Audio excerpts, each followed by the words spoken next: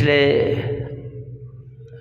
درس قرآن میں ہم جہاد والی قتال والی آیتوں کا معنی و مفہوم سمجھ رہے تھے کہ رب ذوالجلال نے ارشاد فرمایا کہ دوران جنگ بھی انصاف سے کام لو، وہاں بھی ناانصافی سے کام نہیں لینا۔ بے شک تمہارے دشمن اللہ کے دشمن ہیں، لیکن پھر بھی وہاں حد سے نہیں بڑھنا۔ اور فرمایا کہ دوران جنگ جب تمہیں کافر ملیں جو تمہیں مارنے کے لیے آئے ہیں، اسلام کو مٹانے کے لیے آئے ہیں، وَاقْتُلُوهُمْ حَيْثُ ثَقِفْتُمُوهُمْ، بس پھر جب وہ تمہیں ملیں جنگ کے دوران جہاں بھی ملیں انہیں مار دو۔ اور اگر وہ جس جگہ پہ جنگ کرنا منع ہے وہ جگہ ہے مسجد حرام یعنی خانہ کعبہ شریف، اگر وہ حرم کی حد میں باز نہیں آتے تم نے جنگ نہیں کرنی، تم نے نہیں لڑنا۔ لیکن اگر وہ باز نہ آئیں، وہ مسجد حرام کی حد کے اندر ہی تمہارے ساتھ لڑائی شروع کر دیں، تو اللہ کریم جل جلالہ فرماتا ہے کہ پھر ان کو پھڑکاؤ، پھر تم بھی ان کو مارو، کیونکہ انہوں نے حد کو خود توڑا ہے، تو اس لیے پھر تم نے بھی لحاظ نہیں کرنا ان کا۔ اور اللہ کریم فرماتا فَإِنِ انْتَهَوْا فَإِنَّ اللَّهَ غَفُورٌ رَحِيمٌ، پس اگر وہ باز آ جائیں، یہ آیت نمبر 191 ہے، اگر اللہ فرماتا ہے وہ باز آ جائیں، بے شک اللہ معاف فرمانے والا ہے، وہ رحم فرمانے والا ہے، عفو درگزر فرمانے والا ہے، وہ تو مہربانیاں کرتا ہے۔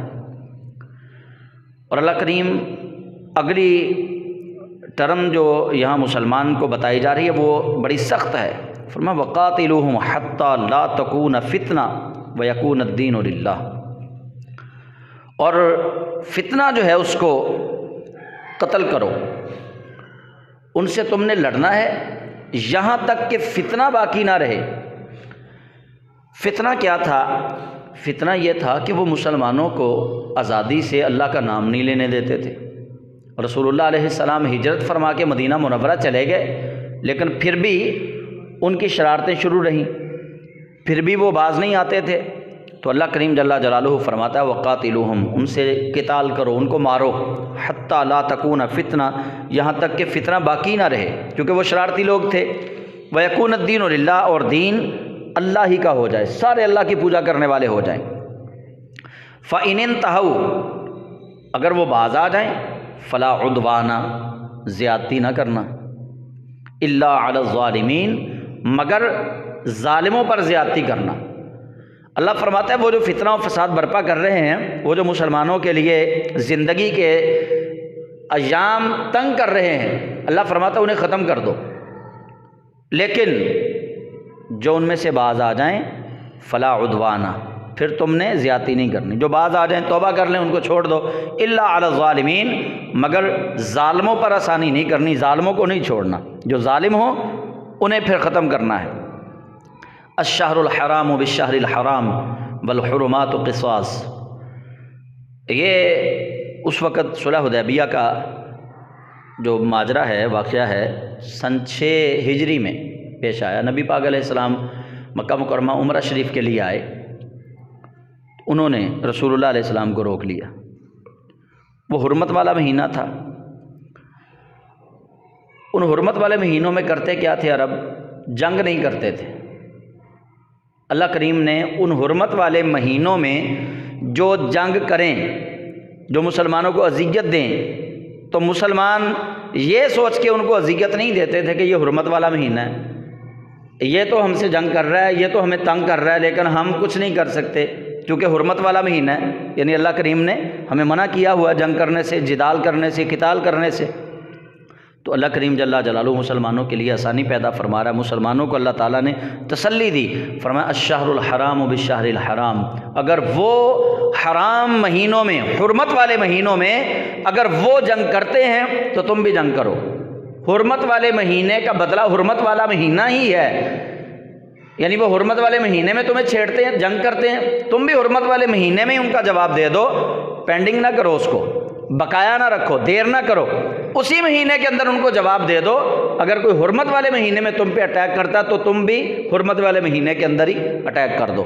والحرمات قصاص، اور باقی جو حرمت والی چیزیں ہیں ان کا بدلہ بھی ایسا ہی ہے، یعنی جو وہ تم سے کرتے ہیں ویسا تم بھی ان کے ساتھ کرو۔ اب اگلی بات اللہ کریم جل جلالہ بالخصوص تو اس زمانے کے لوگوں کے لیے ہے، لیکن بالعموم حضور کی ساری امت کے لیے ہے، میرے لیے، آپ سب کے لیے، کیونکہ ہمارے گھروں کے نظام اسلامی نہیں ہے، ہمارے محلوں کے نظام اسلامی نہیں ہیں، ہمارے دیہاتوں کے نظام جو ہیں وہ اسلامی نہیں ہے، ہمارے ملک کا نظام بھی اسلامی نہیں ہے۔ ہم میں سے کوئی سکھوں سے مسلمان ہوا، کوئی ہندوؤں سے مسلمان ہوا، کوئی کسی مذہب سے تعلق رکھتا تھا، کوئی کسی مذہب سے تعلق رکھتا تھا، تو ہم وہ چیزیں جو ہیں ابھی تک وہ ہم سے نکلی نہیں ہیں۔ یا آج کے مضمون میں آئے گا کہ بندہ جب کوئی دین چھوڑ کے آتا ہے تو وہ چیزیں باقیات جو ہیں وہ جلدی ختم نہیں ہوتی، اللہ کریم کو بھی اس پہ آیات نازل کرنا پڑی باقاعدہ طور پہ۔ اللہ کریم جل جلالہ فرماتا ہے فَمَنِ اعْتَدَىٰ عَلَيْكُمْ فَاعْتَدُوا عَلَيْهِ بِمِثْلِ مَا اعْتَدَىٰ، اور جو کوئی زیادتی کرے تم سے پس تم بھی اس پر زیادتی کرو، بِمِثْلِ مَا اعْتَدَىٰ، جو اس نے زیادتی کی اس کی مثل۔ اگر کسی نے انگلی لگائی ہے نا تو اس کا یہ مطلب تھوڑی اس کی انگلی کاٹ دینی ہے آپ نے، تو میرے والا اکھ کٹی نا تو میں تیری اکھ کٹ دینی، ہاں جی، تو ہاتھ چوکتے صحیح تیرا ہاتھ نہ لا دیتا، مطلب ہم برداشت ہی نہیں ہم میں۔ بھئی بدلہ لینا جائز ہے، شریعت نے حق دیا ہے کہ تم بدلہ لے سکتے ہو، لیکن یہ نہیں جو تمہاری طرف ہاتھ بڑھاتا ہے، ابھی اس نے تھپڑ مارا نہیں تو تم اس کے تھپڑ جڑ بھی دو، شریعت یہ نہیں کہتی۔ اس نے تو ابھی ہاتھ اٹھایا تمہاری طرف اور ہم تیری جرت کیوں میں پئی، تو میرے والا اکھا کٹ کے ویکھیا، ہاں جی، تو کوریاں بابا ویکھنا میرے ال، مطلب ہم تو اس بات سے بھی لڑ پڑتے ہیں کہ اگر کوئی آنکھیں دکھائے، ہاتھ اٹھائے، ابھی اس نے مارا کچھ بھی نہیں، اشارہ کیا ہے، ہم تو اشارے پہ بندہ مار دیتے ہیں۔ تو اللہ کریم جل جلالہ صحابہ کو رب تعالیٰ جل جلالہ یہ سمجھا رہا ہے، جو اللہ کی مخلوق میں نبیوں کے بعد سب سے بہترین لوگ صحابہ ہیں، اللہ کی مخلوق میں نبیوں کے بعد سب سے بہترین انسان نبی کریم صلی اللہ علیہ وسلم کے صحابہ، حضور کے اہل بیت، انہیں سمجھایا جا رہا ہے۔ اس وقت جب قرآن کا نزول ہوا ہے، یہ صلح حدیبیہ کا، یہ آیات جب نازل ہوئی ہیں صلح حدیبیہ 6 ہجری ہے، صلح حدیبیہ کے موقع پہ یہ آیات نازل ہوئی ہیں۔ اللہ فرماتا ہے محبوب کریم علیہ السلام کو کہ محبوب اپنے یاروں کو بتا دیجئے انہوں نے تمہارے ساتھ زیادتی کی، تم نے ان سے بدلہ لینا ہے، لیکن کتنا لینا ہے؟ بمثل ما اعتدى، اس کی مثل جو انہوں نے زیادتی کی ہے۔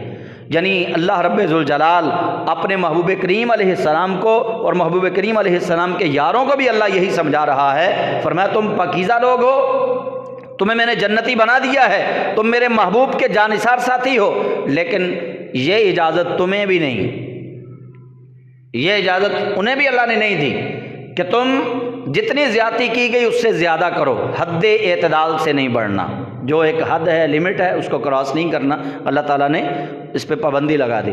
تو ہمارے لیے یہ آیت جو ہے یہ ہمارے معاشرے کے لیے ایک پرسکون معاشرہ، ہمارے معاشرے کو بنانے کے لیے یہ آیت کافی ہے کہ اگر ہم اس پہ عمل کر لیں، ہم اتنا کسی پہ ظلم کریں، کسی پہ اتنی زیادتی کریں جتنی ہم پہ کی گئی ہے، یہ نہیں کہ کسی نے ہمارا 1000 مارا ہے، 1000 ہڑپ کیا تو ہم اس کے 1,00,000 پہ نظر رکھے ہوئے ہوں، ایسا تو نہیں نہ ہونا چاہیے کہ کسی نے 1000 ہمارا ہڑپ کیا تو ہم اس کے 1,00,000 پہ نظر رکھیں، اب ہم نے اس کا 1,00,000 کا نقصان کرنا ہے، اس نے فلاں جگہ پہ میرا 1000 کا نقصان کیا تھا، یہ آپ اللہ کے مجرم بن گئے، تو ایسا نہیں ہونا چاہیے۔ اللہ تعالیٰ فرماتا ہے واتقوا اللہ، اللہ سے ڈرو، وَاعْلَمُوا أَنَّ اللَّهَ مَعَ الْمُتَّقِينَ، اور جان رکھو کہ بے شک اللہ ڈرنے والوں کے ساتھ ہے، جو حقیقی معنوں میں اللہ سے ڈرتے ہیں، یعنی ان کا اندر اور باہر ایک ہے، اللہ تعالیٰ ایسے متقین لوگوں کے ساتھ ہے۔ وَأَنفِقُوا فِي سَبِيلِ اللَّهِ وَلَا تُلْقُوا بِأَيْدِيكُمْ إِلَى التَّهْلُكَةِ وَأَحْسِنُوا إِنَّ اللَّهَ يُحِبُّ الْمُحْسِنِينَ۔ اب اس آیت کو بھی آپ نے توجہ سے سننا ہے، اللہ کریم فرماتا ہے، آیت نمبر 195 ہے سورہ بقرہ کی، اللہ فرماتا ہے وَأَنفِقُوا، اور تم خرچ کرو، فی سبیل اللہ، اللہ کے راستے میں، وَلَا تُلْقُوا بِأَيْدِيكُمْ إِلَى التَّهْلُكَةِ، اور نہ ڈالو اپنے ہاتھوں کے ساتھ اپنے آپ کو ہلاکت میں۔ یعنی اس آیت کے 3 حصے ہیں ویسے۔ پہلا حصہ ہے وَأَنفِقُوا فِي سَبِيلِ اللَّهِ، دوسرا حصہ ہے وَلَا تُلْقُوا بِأَيْدِيكُمْ إِلَى التَّهْلُكَةِ، تیسرا حصہ ہے وَأَحْسِنُوا إِنَّ اللَّهَ يُحِبُّ الْمُحْسِنِينَ۔ اب تینوں پہ آپ نے توجہ کرنی ہے۔ اللہ کریم فرماتا ہے وَأَنفِقُوا فِي سَبِيلِ اللَّهِ، اللہ کے راستے میں خرچ کرو۔ اس کا شان نزول یہ ہے کہ جنگ جب دشمنوں سے ہو، دشمن سے مراد کافر ہیں، جب کافروں سے جنگ ہو تو یہ نہیں کہ کافروں کے پاس 1,00,000 سپاہی ہے اور تم 100 فوجی کا سامان رکھتے ہو، 100 فوجی تمہارے پاس ہے، سپاہی ہے، تو تم ان کے ساتھ لڑنے کے لیے بھاگ کھڑے ہو جاؤ۔ اللہ فرماتا ہے پہلے وَأَنفِقُوا فِي سَبِيلِ اللَّهِ، اللہ کے راستے میں خرچ کر کے پہلے ان کے مقابلہ کرنے کے لیے مال اکٹھا کر لو، پہلے اپنے پاس کچھ راس جمع کر لو۔ وَلَا تُلْقُوا بِأَيْدِيكُمْ إِلَى التَّهْلُكَةِ، اور اپنے ہی ہاتھوں سے اپنے آپ کو ہلاکت میں نہ ڈالو۔ یعنی تمہیں پتہ بھی ہے کہ دشمن آگے تگڑا ہے، دشمن نے آگے پورا کیا ہوا ہے انتظام، تو تم ایسے نہ کرنا، یعنی اپنے ہاتھوں سے ہی اپنے آپ کو ہلاکت میں نہ ڈال لینا، بلکہ انتظام و انصرام کر کے پھر دشمن سے مقابلہ کرنا۔ اب حماس والوں نے بڑی دلیری دکھائی ہے وہاں پہ، اسرائیل پہ انہوں نے 500 داغ دیے جی میزائل پہلی دفعہ۔ اب کیا ہو رہا ہے؟ اس کے بدلے میں ہمارے کتنے مسلمان بھائی، مسلمان بہنیں، بیٹیاں، بچے شہید ہو گئے۔ انہیں اندازہ نہیں تھا اس بات کا، یا تو پوری پاور ہوتی اور اسرائیلیوں کا سر کچل کے رکھ دیتے۔ تو آج جب میں یہ آیت مبارکہ پڑھ رہا تھا تو میرے ذہن میں یہ بات آ رہی تھی کہ اسماعیل ہانیہ کو شاید اس بات کا پتہ ہی نہیں تھا کہ میں نے تیاری کتنی کی ہے۔ اللہ فرماتا ہے وَلَا تُلْقُوا بِأَيْدِيكُمْ إِلَى التَّهْلُكَةِ، اپنے ہی ہاتھوں سے اپنے آپ کو ہلاکت میں نہ ڈالو۔ یعنی تمہارے پاس اگر تیاری نہیں ہے تو پھر تم جہاد نہ کرو، شروع نہ کرو، پہلے تیاری کرو۔ اور پھر دوسری بات، اس کو اب دوسرے اینگل سے سمجھیے، وَأَنفِقُوا فِي سَبِيلِ اللَّهِ، اور تم خرچ کرو اللہ کے راستے میں۔ اب خرچ کرنا کیا ہے؟ صرف مال ہی خرچ کرنا نہیں ہے، مال خرچ کرنا نہیں ہے، یہ علم بھی خرچ ہوتا ہے۔ ہم باتیں جو اچھی باتیں پھیلاتے ہیں یہ بھی خرچ ہو رہی ہیں، یہ بھی اللہ کے راستے میں خرچ ہے، یہ بھی اللہ کے راستے میں ہم صدقہ کر رہے ہیں، جو اچھی بات کسی کو بتانا۔ ہم جتنے مرضی گناہ گار ہیں، یاد رکھیے گا اگر ہم گناہ کرنے والے نہ ہوتے، اللہ کوئی ایسی مخلوق بناتا جو گناہ کرتی اللہ سے معافی مانگتی۔ وہ غفور الرحیم ہے، لیکن ہمیں گناہوں پہ مان نہیں ہے، مان اس کی رحمت پہ ہے، فخر اس کی رحمت۔ ہم اپنے گناہوں پہ مان نہیں کرتے، ہم ڈرتے ہیں اللہ سے، اللہ ہمیں گناہوں سے بچا کے رکھے، گناہوں کے خیالات سے بھی اللہ ہمیں بچا کے رکھے۔ اس کی غفور الرحیمی پہ ہمیں مان ہے، فخر ہے، لیکن بات یاد رکھیے اللہ کریم جل جلالہ کے قرآن سے جب بندہ جڑ جاتا ہے تو پھر اس کی زندگی کا رنگ بھی بدلنا چاہیے، اس کی زندگی کے شب و روز بھی تبدیل ہونے چاہیے۔ اب اسی آیت کا تیسرا پہلو دیکھیے۔ پہلا پہلو کیا تھا؟ وَأَنفِقُوا فِي سَبِيلِ اللَّهِ، اللہ کے راستے میں خرچ کرو۔ دوسرا ہے وَلَا تُلْقُوا بِأَيْدِيكُمْ إِلَى التَّهْلُكَةِ، اپنے ہاتھوں سے اپنے آپ کو ہلاکت میں نہ ڈالو۔ تیسرا پہلو وَأَحْسِنُوا، اور نیک بنو اور نیک کام کرو، نیکیوں والے بنو۔ اور ان اللہ یحب المحسنین، بے شک اللہ محبت فرماتا ہے نیک کام کرنے والوں سے۔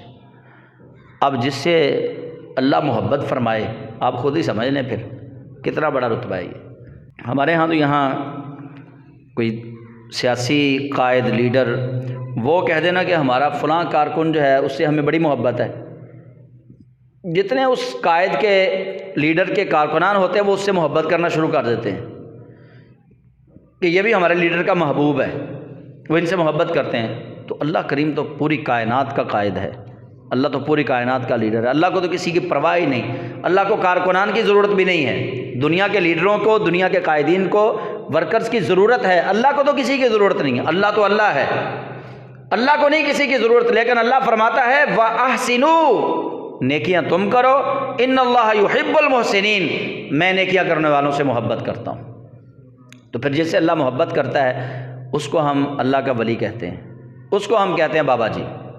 وہ ہمارے اسلام کے اندر ہم اس کو بابا جی کہتے ہیں، بزرگ کہتے ہیں، کہ کیونکہ ان کی نیکیاں ہیں، نیکیوں کی وجہ سے اللہ ان سے محبت کرتا ہے۔ تو پھر جن سے اللہ محبت کرتا ہے تو ہمارا اللہ کی رحمت پہ گمان ہے، یقین ہے، جن سے محبت کی جاتی ہے ان کی بات بھی مانی جاتی ہے۔ تو اللہ اپنے ولیوں کی جو بات مانتا ہے اللہ مجبور ہو کے نہیں مانتا۔